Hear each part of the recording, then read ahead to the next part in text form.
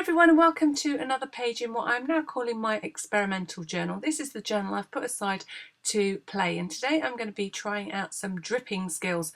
I don't tend to do it very often on any of the art journal pages I've done so far, but I always see it on other people's work and I like the look, but I don't know if I can be quite that random. So here's the experiment for me. I've decided to use the distress stains because they had the colours that I wanted to use. I'm going sort of green, which is my favourite colour.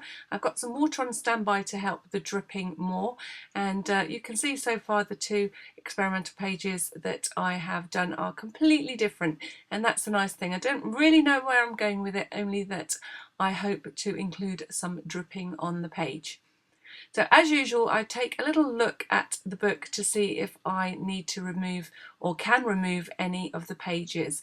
So you can see these pages are stitched together in groups, which makes it really easy for me to remove pairs of pages in order to keep the bulk in the book down, because each time I add perhaps little embellishments or jewels to any of the pages that I make, I increase the depth, should I say the thickness of the pages. So every now and again during my videos you will see that I remove several pages from each of those groups of pages so that I can keep the book closed by the time I've finished decorating the pages within it.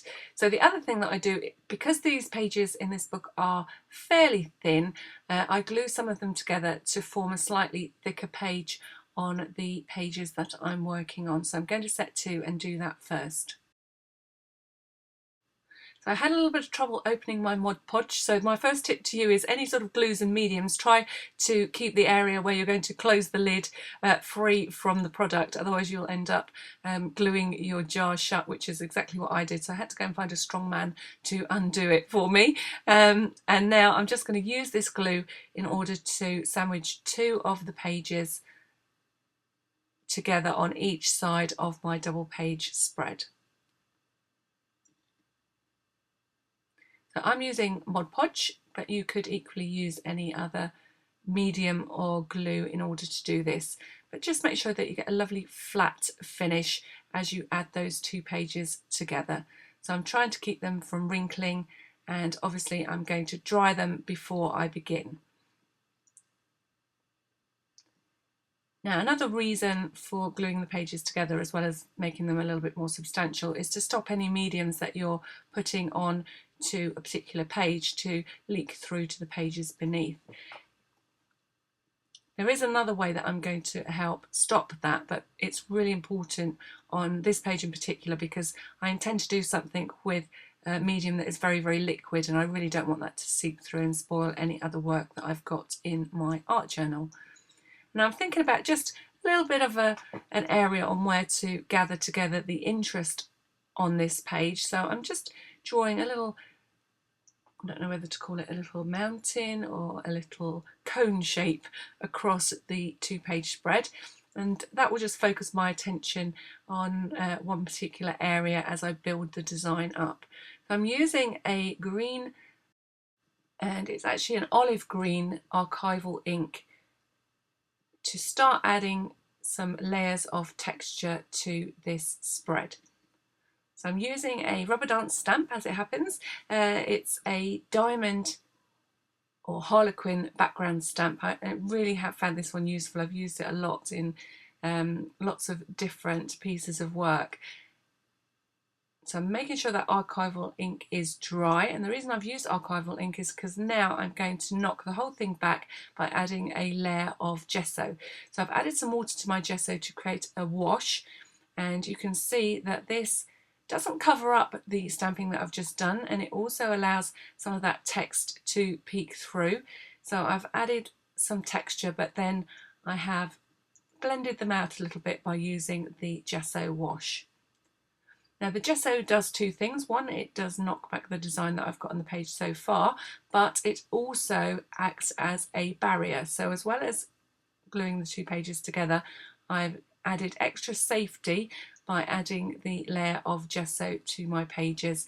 So hopefully that will stop the watery mediums that I'm going to be dripping on top of this layer from dripping through or seeping through the pages to the pages beneath.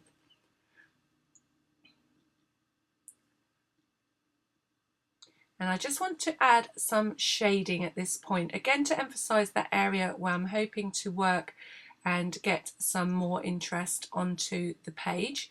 So I'm starting out by using a green big brush marker. This is a Faber-Castell marker, a similar colour to the green that I've already used with the archival ink. And I really do like these pens. They are so versatile. You can see, because I've added the gesso to my page, it's given me a surface that I can blend the pen out. So as I add the ink, I'm quickly rubbing over with my fingers to smudge the ink, and again I'm emphasizing the area that I drew earlier by smudging little feathers with my pen. Now, as I'm watching this back, it almost looks like I'm drawing a side-on Christmas tree as I flick the pen outwards from the two curves that I've created. So I'm just continuing to work until I'm happy with the depth of the shadow that I've got around the edge of the page, which acts as a frame, and then I'm emphasizing and darkening that little curved shape that I drew earlier. Actually looking more and more like a Christmas tree. So the pen that I'm using here is a chromium green opaque 174, for those of you that might be interested in the colours that I'm using, and you'll be able to see throughout this layout I'm definitely going green. So I wanted to add more green, this time with mowed lawn, and you can see that I'm using distress stain this time and just scribbling it across the sort of whiter areas of the page, and then rubbing it off again with a piece of kitchen roll. So I've just got a hint of green rather than the white gesso that I had before.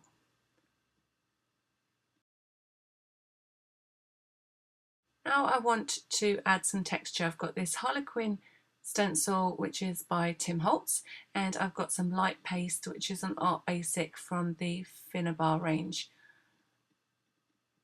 And you can see I'm using a palette knife and adding a little bit of texture randomly around my page. I'm taking off any excess little pieces that I don't want, either with my finger or with my palette knife, just tidying up the design. And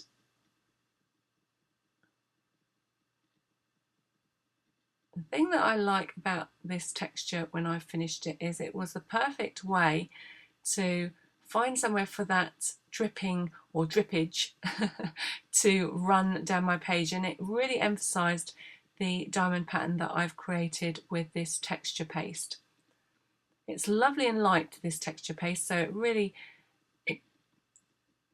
although it adds texture, it's just got a light, airy feel to it when you're using it even. I don't know if it's whipped, but it really is a nice textured paste, and it creates a lovely finish once I start dripping the other mediums over it once it's dry. Now, I could have gone away and had a cup of coffee while this dries. It doesn't take horrendously long to dry, particularly if you're careful not to add too much through your stencil. I tend to scrape off the excess once I've applied it so that I get a nice thin layer of texture on my page. I don't really need it too thick on a project like this. And then I can just come in with my heat gun if you're impatient for it to dry, and dry it on the page. Now, because I've used a water-based product in the distress stain on my page, that texture paste is taking up some of that colour, and that's okay by me, and you'll see how those pieces of texture that I've added come to the foreground once I start dripping elements onto the page. So as this is my experimental journal, I really don't have any idea when I start where I'm going to end up. So it really is a case of what you put your hand on first as to what colour you end up using, or I just have an idea of what I want to try. And as I said right at the beginning, this is going to be about trying to see what things I can achieve by dripping mediums onto my page.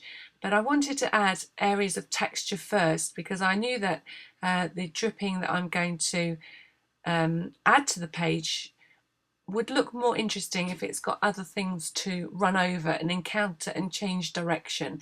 So that's the idea behind adding these small elements of patterned papers. Again, I've just picked out from my stash different pieces of paper in different shades of green, so they're all going to add to the texture and the interest on the page.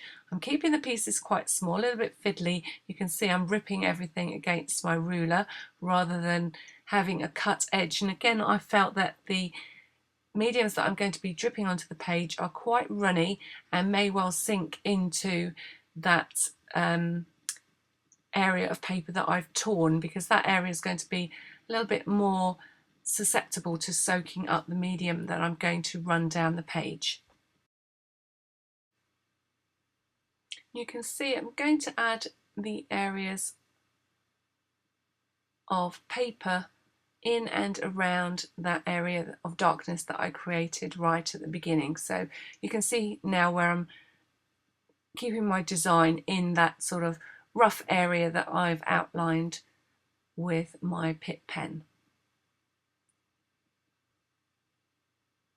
I'm just going to play with these elements till I'm roughly happy with how they are, and then I'm going to stick them into place.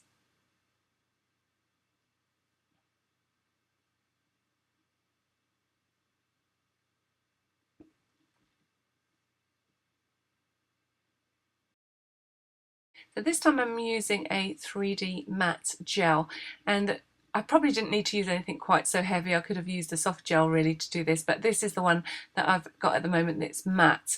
And because I'm gluing down the paper and then I'm choosing to go over top of the paper with the matte gel, that will do two things. One, it will stop at the things that I'm going to drip on the page go too deep into my papers. It will use the texture rather than soak into the paper itself to add the interest. But it also gives that matte finish that I like. I don't like anything too shiny on my art journal pages, and you'll see that most of the time I give them a matte finish with the mediums that I'm using. And you can see I've just created interest with all of those little pieces of paper roughly in the area that I defined with my pen earlier. Making sure they're stuck down well, and then trimming off any edges that I have poking over the ends of my pages.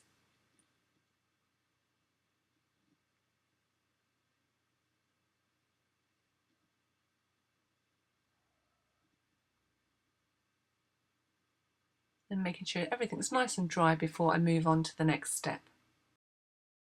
Now I'm protecting the areas of my book that are on either side of my pages with two scrap pieces of cardboard, and then I'm going to get dripping, which obviously was the thing that I wanted to do in the first place. So I'm creating a little puddle of distress ink or distress stain, and distress stain is very runny, and that means it's perfect to drip down your page. And I'm just encouraging that dripping movement by adding little sprays of water here and there. And you can see immediately I spray with my water spray, that liquid stain really does travel down my page. And I hope you can see, even though I am having to hold this up, you can see how it is traveling down the pieces of paper that I added to the page, and it's just creating little rivers of interest, either when it hits the page or the pieces of paper that I've added for texture, or when it's hitting the textured areas that I added with the texture paste.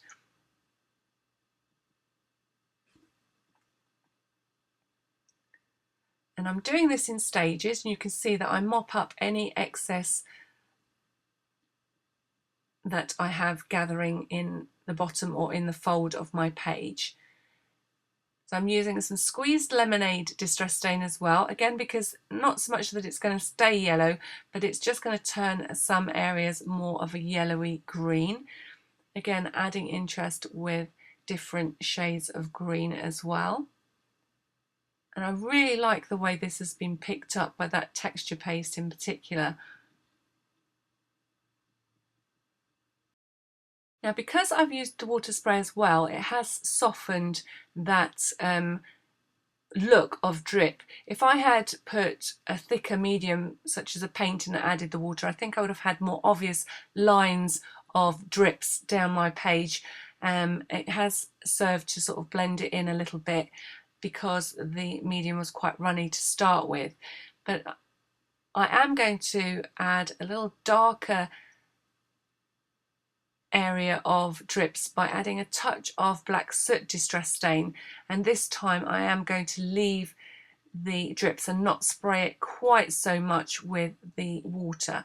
And because it's much darker and standing out from that green background, you can really see where those drips have run down that harlequin pattern. So I like how this adding the black has really made the dripping look a little bit more dramatic.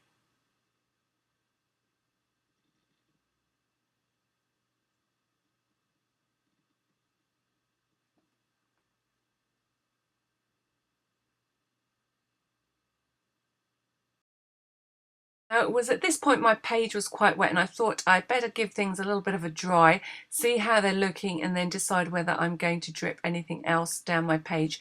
And I have been keeping an eye on whether things are sort of going through the pages to the pages beneath, and I'm okay so far. The pages seem to be holding their strength and they seem to be standing up well with regard to letting that ink stay on the top of the page and not go through to the rest of the book.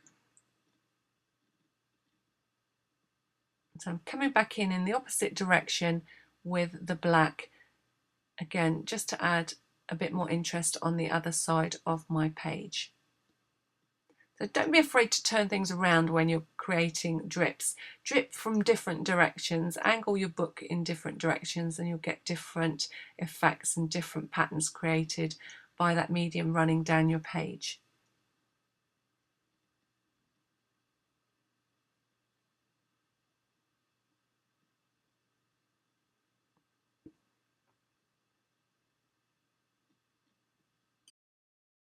So once you're happy with the amount of dripping that you've got going on your page, you need to dry everything off. And you can see as I just flip this page over that I really didn't have much in the way of escapee medium on my pages. So there's a little tiny bit there, hasn't gone through to the page beneath because I didn't glue it down just yet, because like I said, I was aware that it was going to be quite a messy technique.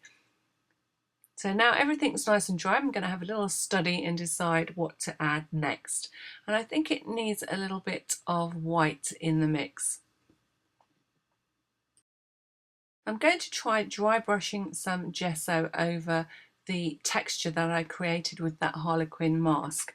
So I'm adding a little bit of gesso to my brush and then drying it off again so that it really is light. I'm using my kitchen roll to take off the excess so that I haven't got too much on my brush, and then I'm lightly flicking the brush over that harlequin design just to lighten it up so that it stands out a bit more. And it was at this point I decided to also do the same technique over the texture that's been created by the little pieces of paper in that curved section. And I like the fact that this lightened up this area, and again added a little bit more interest by picking up the texture that was created by layering up those little pieces of paper.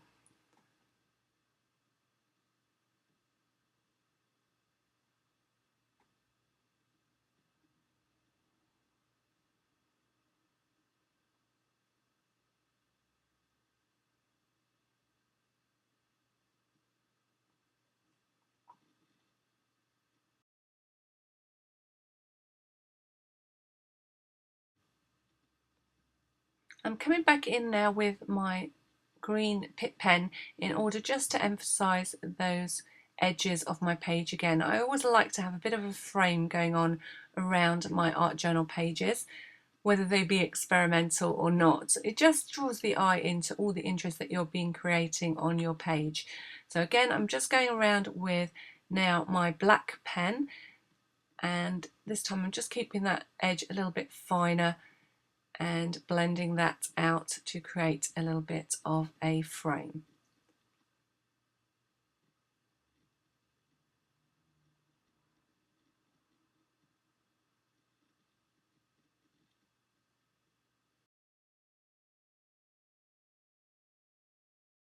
While I'm thinking about what else I can add to add interest to this design, I'm going to again emphasize that border, this time stamping with a black archival ink and just the very edge of my rubber dance stamp with that Harlequin diamond stamp. Now I've kept it only to the top and the bottom of the page this time, because the design is sort of a long design across the page. Rather than go right around the edges with the stamp, I emphasised that linear line of interest across the page by only adding that extra interest to the frame at the top and bottom of the page. And now I'm going to use some rub-ons that I've had for ages in my collection to add some tiny flowery details to my work. So I'm just chopping into several different sets of rub-ons. These are quite delicate flowery rub-ons and creating a lovely swirl of interest across my page. But this was the first time I thought to use my rub-ons on an art journal page, and they were a good way to add more interest and texture as well as design. So this is turning my green theme quite floral, and I quite like how that look goes with this lovely, all these lovely shades of green.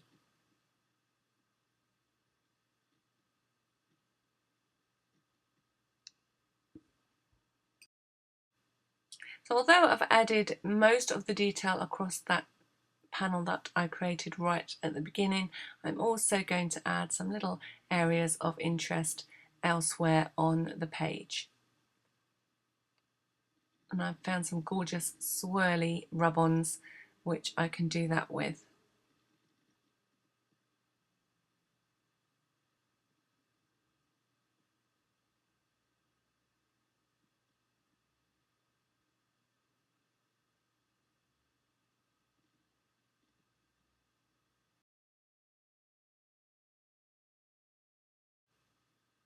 A little bit of doodling with a white Posca pen.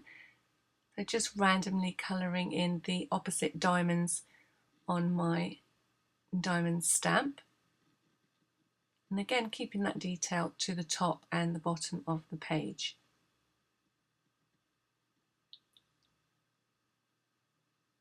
And then I've decided to really emphasize the Harlequin texture on this page in general. So now I'm just tracing around the inside, the depression part of the Harlequin. So that gorgeous Harlequin texture that I created with the texture paste also is lifted from the background of the page.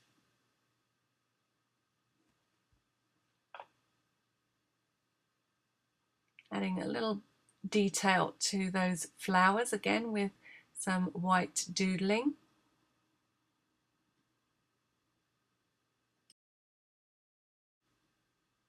So I've used a die to create some foliage for my page, and I've got a lovely green flower that I had, I think it's from Hobby House, and I'm just colouring them up so that they blend in a little bit more with my page. So I cut the foliage out of a spare piece of book page, and then I'm colouring the flower with my distress stains.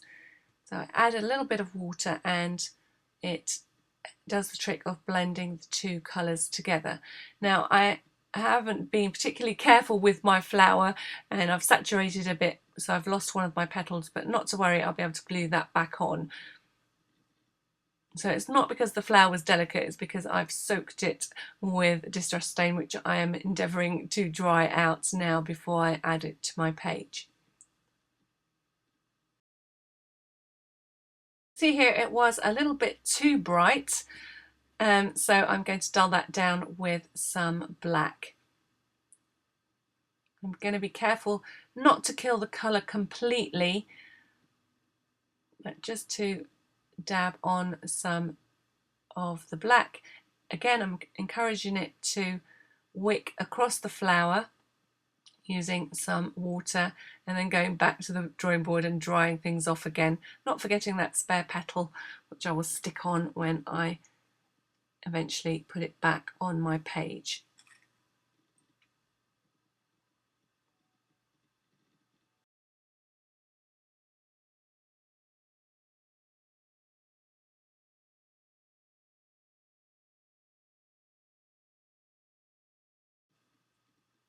You can see that blends in much nicer, and when I add the white, it's as if the flower was created just for this spread.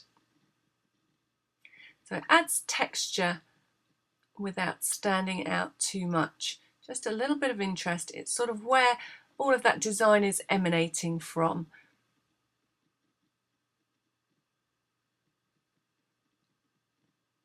Again, I'm just sticking everything down with that 3D matte gel. I'm adding a little bit of extra to the layers of petals just to make sure it doesn't fall apart after I have given it so much attention with the distress stains. I've raided my stash and I've got some lovely green microbeads, again from the Finnabar range, as well as some gorgeous green glitter. So I'm starting out by adding just touches of that 3D matte gel across my page and then sticking on some of those little micro beads. Now they don't stand out hugely on camera, but they do add some interesting texture when you see the page in real life.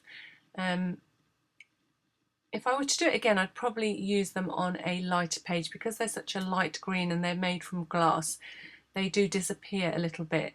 So although I loved the texture that they were bringing, the beads that I'm adding now, the little black beads, stood out a little bit more on the page. Now you can see the green glitter on my desk, and you can see that I'm using what looks like some sort of glue pen, but it's actually a 3D paste of a pastel green. Now the reason I'm using that to draw the swirls on my page is because my glue pen has died on me, but again, that's all why the sort of purpose of experimenting comes in handy. This really did work well as a medium to add my glue. So I could draw with this gorgeous applicator, which meant that I could add a sort of dimensional swirl to my design, and then because it's a wet medium, it allowed me to sprinkle on top of that lovely glitter. There are lots of dimensional paints out there on the market. You can see a Cosmic Shimmer one on my desk in black, so this would work for all of those. I could have even used it to adhere those little tiny micro beads, but for this time I'm adding that gorgeous fine glitter from, again, the Art Basics range. Now you really do need to make sure that your page is dry before you add anything like this, so that all glues and mediums are dry, otherwise you will end up with a page full of glitter and all your design will be sparkled out. So be careful that the page is dry before you add any glitters. Any of you that have seen perhaps some of my blog posts before know that I quite like to think that I could come up with a quote of my own to use on my work, and this one's no different. Sometimes, you know, they are quotes that I've come across that seem to go with my page somehow, but this one I was thinking about using green with envy, or perhaps the grass is greener on the other side, and it was that made me think of these words of my own, which say, I don't envy your grass because I am happiest when I'm watering my own. So I hope that little pearl of wisdom is something you wish to quote in the future. So I'm adding my name to it so you know where it came from, but feel free to use it whenever you like. And that's just a little thing that you might think about doing on your own pages. I know that people that art journal perhaps journal a lot more than I do, and they have lots of perhaps words of encouragement or wisdom that they find useful in their everyday lives. So it is a nice thing to include on an arty page such as this for someone to flick through and read in the future. And you can see I'm using again that 3D matte gel, and I'm just adding a little bit of the glue underneath and then sealing the whole quote down by rubbing that glue over the top.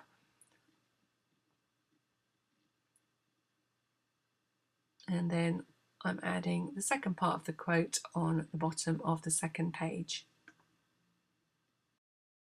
Now, as I add those final finishing touches to my page, I just wanted to tell you about something that's going to happen at the end of this video. Anybody that watches my videos knows that at the end of the videos I've been using links to point you in different directions, perhaps back to my blog for measurements for a particular project, or to hop, skip it, and jump over to another blog such as Rubber Dance so that you can check out the stamps that I've been using, or to my Etsy shop, or to other videos that you might find interesting if you've enjoyed the video you've been watching. Now, I didn't realise until a couple of days ago, in fact, that these links didn't actually work on anybody that was watching my videos on things like an iPad or a tablet or a mobile phone even. Which made them a bit useless and made me sound a bit silly because no links appeared as you were watching the video. So YouTube have come up with a different way of adding those links to your projects, and this is going to be my first time of adding them. I'm still going to add them to the end of the video because it just seems to make more sense to me. So as well as learning how to do them myself, I'm just pointing out to you that's why they look a bit different at the end of the page or at the end of the video. And you'll see that a series of little things will pop out from the top right of my video screen, and will, if you click on them, bring up more information and other pictures. So definitely have a little play even if you don't follow the links, just so that you know if you watch a video in the future and you see these little icons appearing on the top right for a few seconds on your video, that if you ever click on that eye from that point forward, you'll get more information or be directed to other places. So they really are quite a handy tool, and I'm hoping to use them effectively so that my links will work on people using or watching my videos on mobile devices. So now back to what I'm doing right now. This isn't quite dripping, but it's another form of dripping, splattering really, isn't it? So I'm just adding some delicate white splatters across my page using watered down gesso and a fine paintbrush, and then coming back in and adding a few more with my black soot distress stain and my green distress stain. And of course making sure everything's nice and dry so when I close my book they don't spread across the page.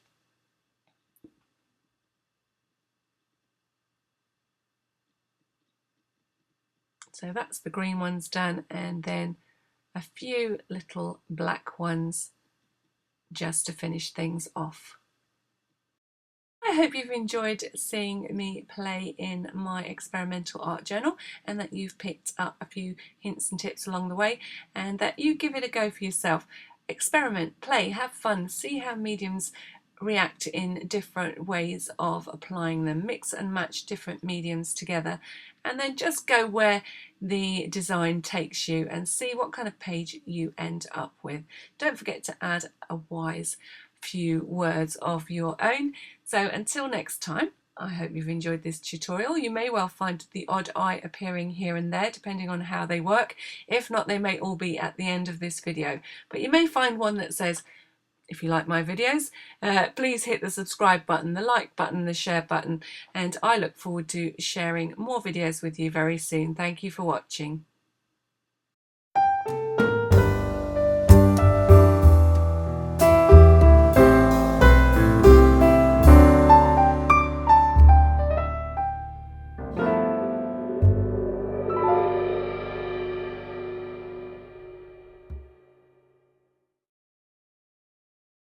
If I've managed to learn how to do this new thing in YouTube, you should find a little eye appear on your screen top right hand corner, and when you click on this you will be given some more information. This information is all about hop skipping and jumping over to my blog to see what creativity I've got going on over there. Don't forget to subscribe while you're there.